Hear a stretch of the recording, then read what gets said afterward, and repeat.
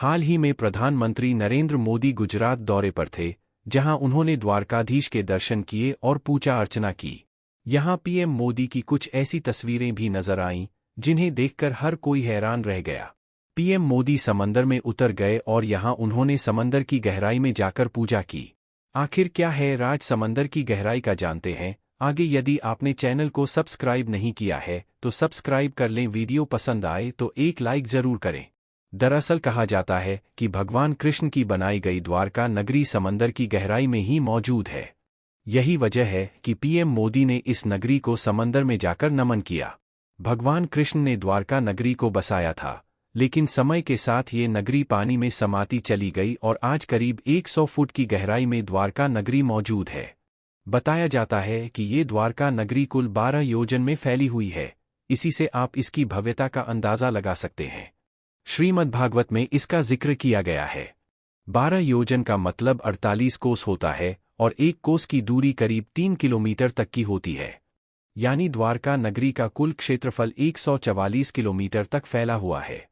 करीब 40 साल पहले द्वारका नगरी पर आर्कियोलॉजिकल सर्वे कराया गया था, जिसमें बताया गया कि इसका क्षेत्रफल कुल 153.6 वर्ग किमी है। इस सर्वे की रिपोर्ट में उस दौर की तमाम चीज़ों की भी खोज हुई थी। इसमें इस शहर की भव्यता का खुलासा हुआ था। बताया जाता है कि भगवान कृष्ण के आदेश पर शिल्पी विश्वकर्मा ने इस शहर को बनाया था।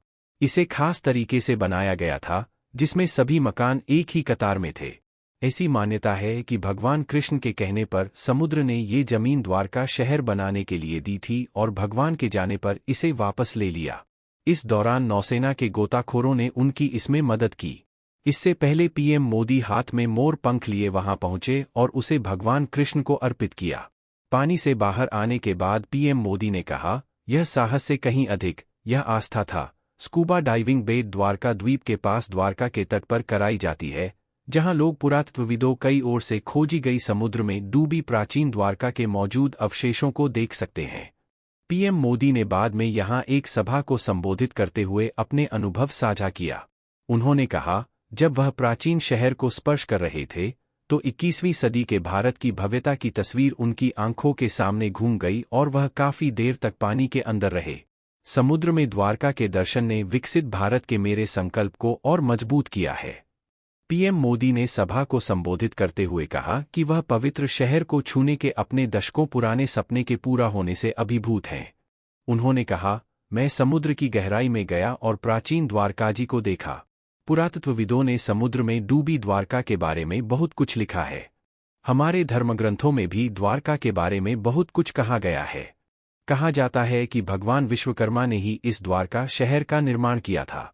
पीएम मोदी ने कहा, प्राचीन द्वारका शहर एक महान शहर की योजना और विकास का एक अच्छा उदाहरण था और जब वह समुद्र में इसके दर्शन कर रहे थे तो उन्हें उसी प्राचीन भव्यता और दिव्यता का अनुभव हुआ। मैंने वहां भगवान श्री कृष्ण को प्रणाम किया।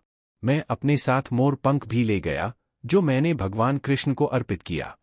प्रधानमंत्री नरेंद्र मोदी ने कहा कि कई वर्षों से वह समुद्र में जाने और प्राचीन द्वारका शहर के जो कुछ भी अवशेष हैं उन्हें छूने और श्रद्धांजलि अर्पित करने को लेकर बहुत उत्सुक थे। उन्होंने अपना अनुभव साझा करते हुए कहा, मेरी कई वर्षों की इच्छा आज पूरी हो गई। मैं रोमांचित हूँ, भावनाओं से अभिभूत हूँ।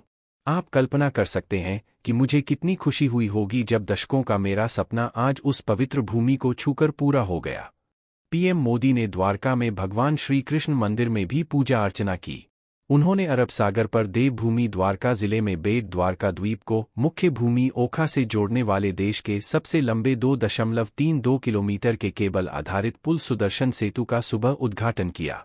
उन्होंने देवभूमि द्वारका, जामनगर और पोरबंदर जिलों के लिए 4100 करोड़ रुपए की परियोजनाओं का उद्घाटन और शिलान्यास भी किया।